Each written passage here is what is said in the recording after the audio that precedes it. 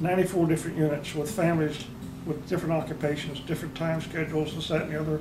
And our major concern was not only getting the work done, but the interference or non-interference with family life in the process in a timely manner to get it done, and so that we didn't cause any more problems than we had to with family life.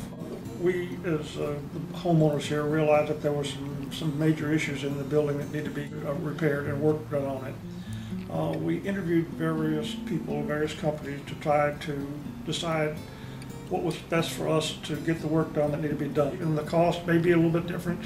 It was a little bit less than some, a little bit more than others, but we decided in the long run that Sterling had the best plan for what we needed to be done. Knowing that the work that Sterling did for us in the past, we interviewed them again. We talked with them about the issues that we had. The Sterling Group came up with a plan that we really fell in love with, basically. We knew that this project could be fixed in a way that they knew how to fix it. They've done it before, they knew it would work, and it worked ideally for us.